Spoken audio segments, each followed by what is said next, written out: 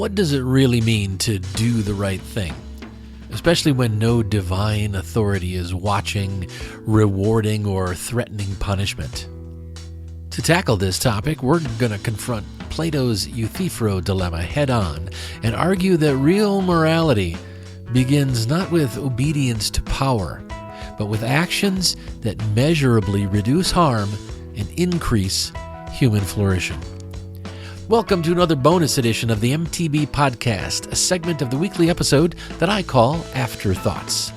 This is my favorite part of these weekly presentations because it gives me a chance to dig a little deeper into something that came up during the main episode. We spent a lot of time in the main episode this week talking about being salt, about being light, about showing up in the world in ways that actually help people instead of just sounding impressive or righteous. And that all sounds good until we bump into a question that a lot of people quietly avoid because it's uncomfortable. How do we actually know what's good?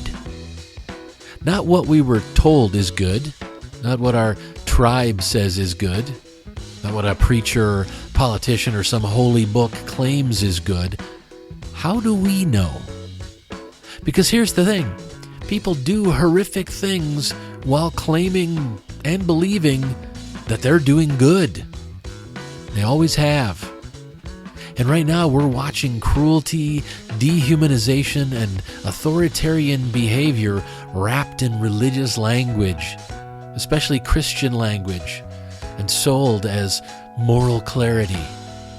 So if we're serious about being salt of the earth, if we're serious about tangible goodness instead of performative righteousness, then we have to be willing to ask a deeper question. Is morality something we obey or something we understand? That question is ancient, and it's devastating to authoritarian religion. So let's dive into that in this episode of Afterthoughts. Over 2,000 years ago, Plato wrote a dialogue called Euthyphro, and in it, he presents what might be the most uncomfortable question religion has ever faced.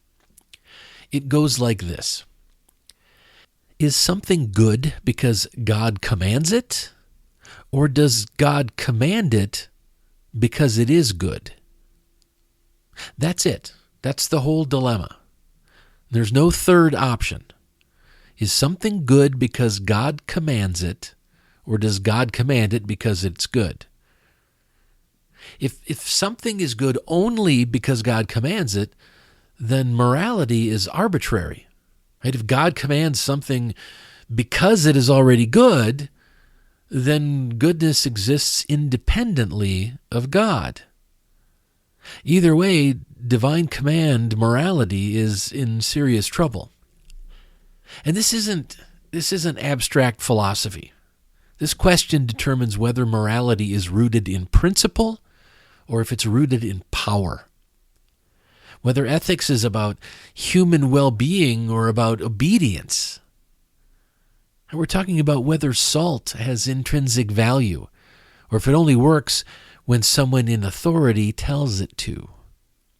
So let's walk through both sides, try to do it carefully, because both of them expose something deeply unsettling about how morality is often used today, especially by religious leaders who crave control.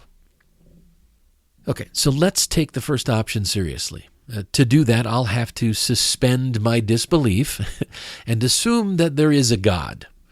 Right, so here again is our first option. Something is good because God commands it. Now, this is what most modern Christian leaders rely on, whether they admit it or not. It's called divine command theory, and it boils down to this: good is whatever God says is good, period. Now, let's pause there for a moment, because if that's true, that means morality is not anchored in compassion, justice, or human flourishing. Right? It means that morality is solely anchored in authority. And if God commanded cruelty, cruelty would be good, by definition here. If God commanded oppression, oppression would be good. It would be righteous. If God commanded lies, lies would become truth. And before anyone says, well, God would never command that, stop. Stop right there. That response already assumes that there is some sort of moral standard outside of God, one that says cruelty is wrong no matter who endorses it. But that's not the option we're talking about here. We're talking about the position that something is good because God commands it. But here's the real world problem. Immoral Christian leaders constantly claim that God has commanded horrific things. They claim God endorses mass deportations that tear families apart. God endorses the demonization of LGBTQ plus people, the subjugation of women, the criminalization of dissent. God endorses violence framed as law and order. Hell, God endorses authoritarian leaders who his followers claim has been chosen. And when they're challenged about these things, they don't defend the outcomes. They don't talk about the harm that's being done. They don't talk about the suffering. They say, God said so. Right? So that's not morality. That's power laundering. It's the moral equivalent of saying, because I said so, but with a divine label slapped on it. Isaiah 58, which we discussed in the main episode this week. Isaiah 58 condemns malicious talk, finger-pointing, and injustice. But if morality is just obedience, then those things would become righteous the moment a leader claims divine endorsement. If a leader claims that God says we can finger point here, God says we need to treat these people in an unjust manner, then it's okay. Suddenly it becomes good. And history is full of examples where exactly that happened. This is why authoritarian religion loves divine command theory, because it lets leaders redefine good whenever it suits them, simply by claiming that God says it so. Right? Not because it's ethical. They do it because it's useful for them and whatever their agenda is at the time. Now, let's look at the second option, right? Plato's second option. God commands things because they are good. Right? The things are intrinsically good, which is why God commands them. I mean, this sounds more humane, more reasonable, certainly a lot less terrifying. Feeding the hungry, then, is good because it reduces suffering. That's why God commands it. Telling the truth is good because it builds trust. That's why God commands it. Showing mercy is good because it restores relationships. That's why God commands it. But notice what just happened. The reason those actions are good has nothing to do with God. It has to do with what those actions do in regards to other people, which means God isn't the source of morality. God is just pointing at it. And if that's the case, then morality is grounded in observable reality. Right? Morality is grounded in outcomes, in human experience. Morality is grounded in cause and effect. This is exactly what authoritarian Christian leaders don't want. Because once you start evaluating actions by their impact, by whether they harm or help, you can no longer hide behind authority. You can't say, oh, it doesn't matter who gets hurt, God said so. God must have a reason. It's part of God's plan. This is why so many immoral Christian leaders resist conversations about harm, trauma, and outcomes, because those conversations strip them of control. They don't want morality. They want permission.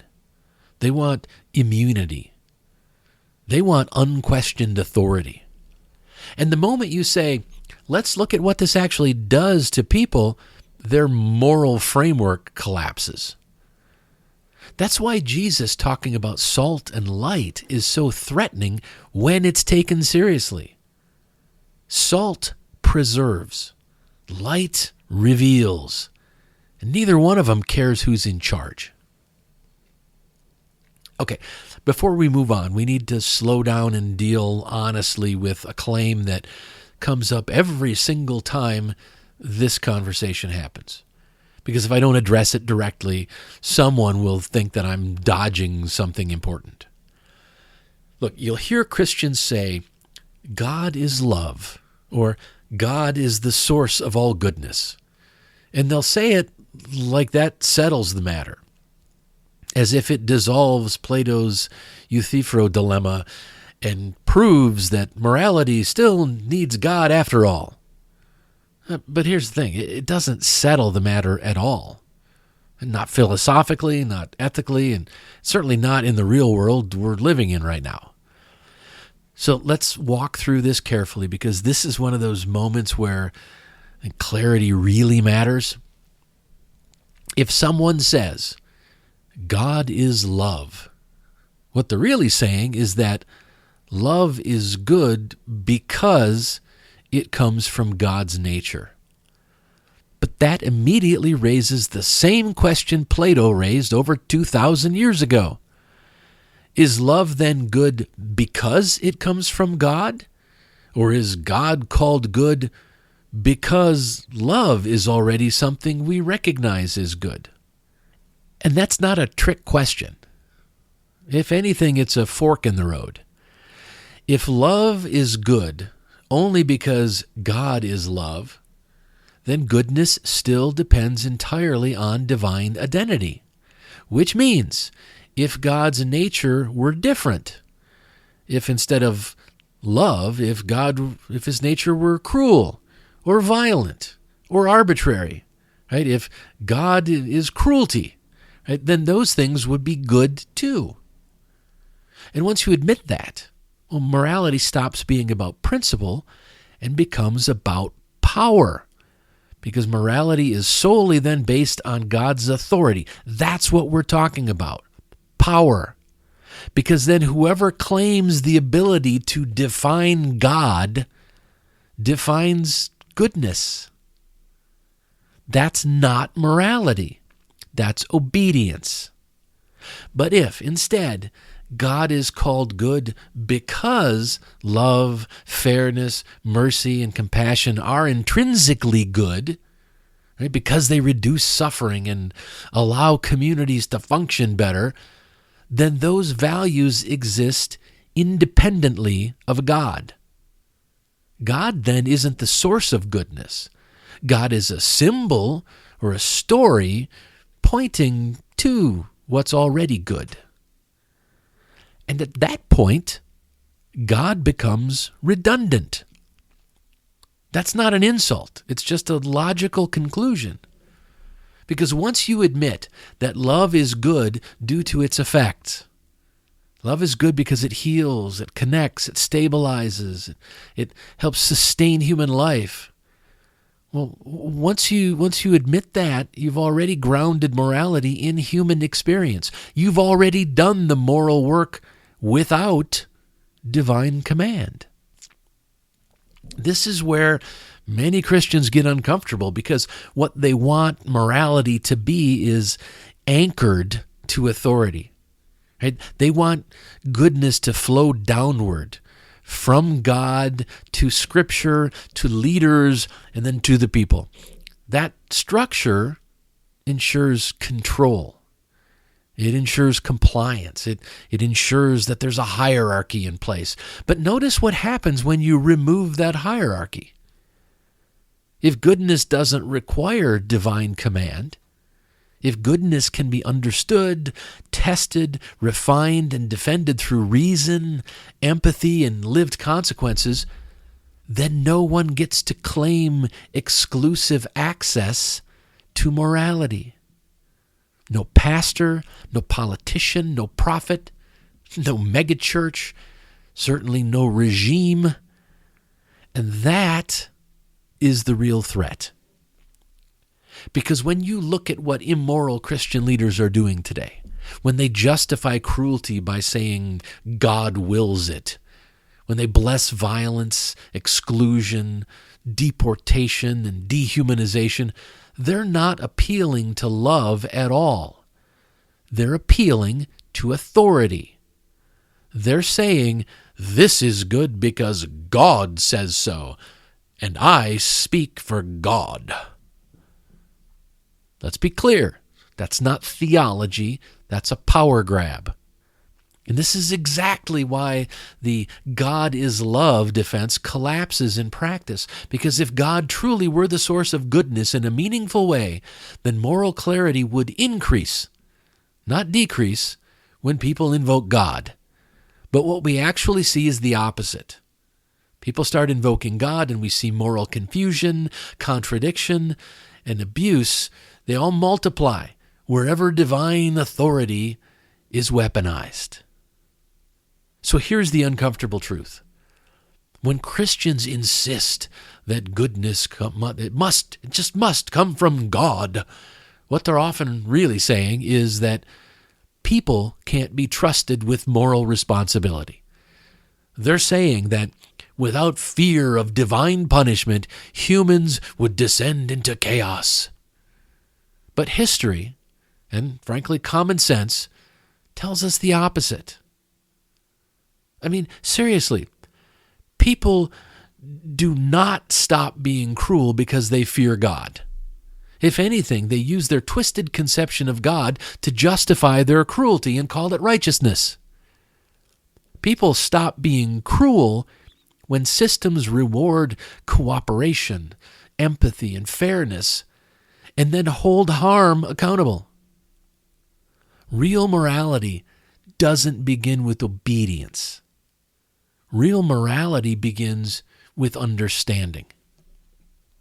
And this brings us back to the heart of what we've been talking about all along, being salt of the earth.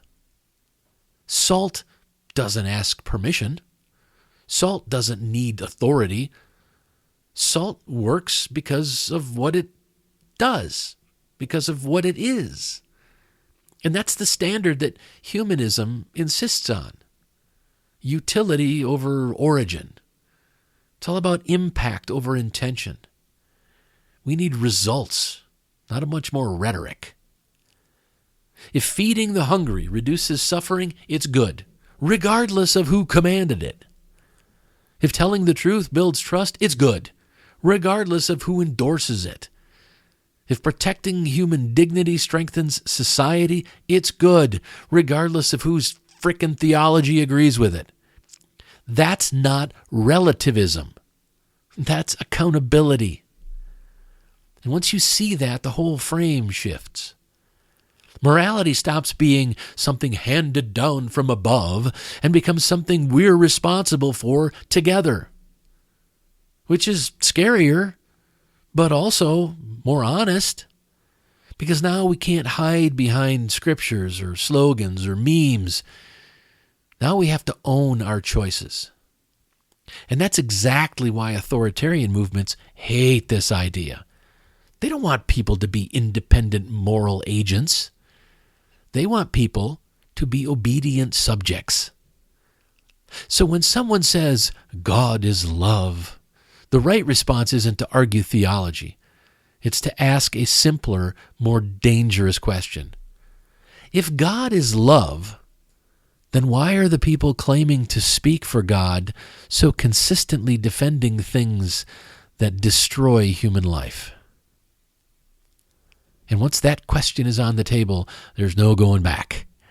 Because at that point, morality has already left the pulpit and returned to the people, where it belongs. And that is what we need to understand before we talk about human well-being as the moral North Star. Okay, so here's the humanist pivot. Instead of asking, who said this was good, we ask, what does this do? Does it reduce suffering? Does it increase trust? Does it help people flourish? Does it strengthen cooperation rather than increasing fear? Again, that's not moral relativism. Christian apologists will claim it is, because they start with the presupposition of divine command, which we've already torn down. So when we ask these questions, it isn't moral relativism, it's moral accountability. Human well-being becomes the metric. Right? Not perfection, not purity, not ideological loyalty, not whether you've claimed Jesus Christ as your Lord and Savior. Right? Human well-being is the yardstick that we use to measure goodness. This is what Paul accidentally stumbles into in 1 Corinthians chapter 2 when he talks about demonstration instead of rhetoric. You strip away the supernatural framing, and what's left is this. Truth is something that is shown, not declared. You don't prove goodness with speeches. You prove goodness with outcomes. And this shifts moral agency back where it belongs. With us. With the people. We are not sheep waiting for orders. We are observers, learners, and participants in this complex, shared project of survival and flourishing. That's what it means when Paul said we must resolve to know. We must come to the conclusion that it's important for us to know. We must resolve to know. Here's something I absolutely believe to be true. Obedience can't save our society. Right-wing Christian movements often claim that morality collapses without God. How can you possibly be good without God? Well, history shows us the opposite, time and time again. Fear-based morality produces compliance. It doesn't create character. It creates rule followers, not ethical thinkers. It collapses the moment authority becomes corrupt. And unaccountable authority always becomes corrupt. We're watching that play out right now in real time. Leaders demand loyalty over compassion. Their cruelty is framed as strength and righteousness. Obedience is praised a lot more than integrity. That's not morality. Real morality begins when there is no reward, when no one is watching, when doing the right thing costs you something. Real morality is when we start using human well-being to determine what is truly good. That's not weakness. That's maturity. So let me see if I can wrap this up. Salt doesn't ask permission to preserve. Light doesn't negotiate before it illuminates. They work because of what they are. Something is not good because God says it is. Something is good because it heals, stabilizes, and sustains human life. Something is good when it supports human well-being by minimizing harm or maximizing flourishing. And when you act with integrity, without needing an authority to threaten or reward you, that's moral adulthood. That's what it means to be salt of the earth. Not obedient, not performative, certainly not afraid of eternal damnation. Being salt of the earth means being a good person, and we do that by being responsible for one another.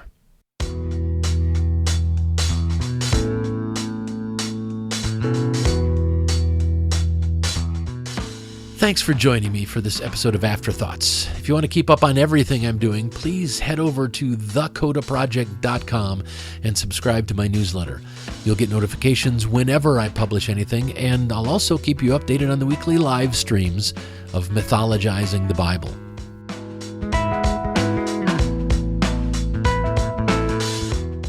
If you subscribe for free over at The Coda Project, you'll start receiving my publication called The Weekly Compass.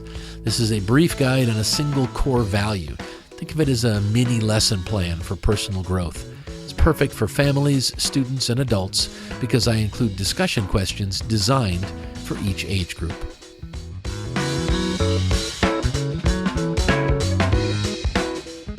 As a subscriber, you'll also have access to the Guide to Kitchen Table Activism, which is a detailed resource designed to help you become politically active from your own home.